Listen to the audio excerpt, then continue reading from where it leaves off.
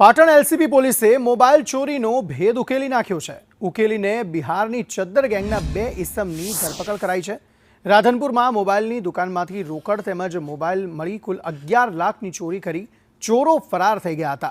ત્યારે પોલીસે mobile recover કરવાની કામગીરી હાથ ધરી છે અને આ ગુનામાં અન્ય 4 ઇસમો પણ સંડોવાયેલા હોય તેવું સામે આવ્યું છે। આ ચોરીની તપાસ દરમિયાન પ્રાથમિક દ્રષ્ટિએ હકીકત જાણવા મળેલ કે જે એમઓ છે એ બિહાર રાજ્યના પૂર્વી ચંપારણ જિલ્લાના ઘોડા હસન વિસ્તારના ચદર ગેંગની હોઈ શકે।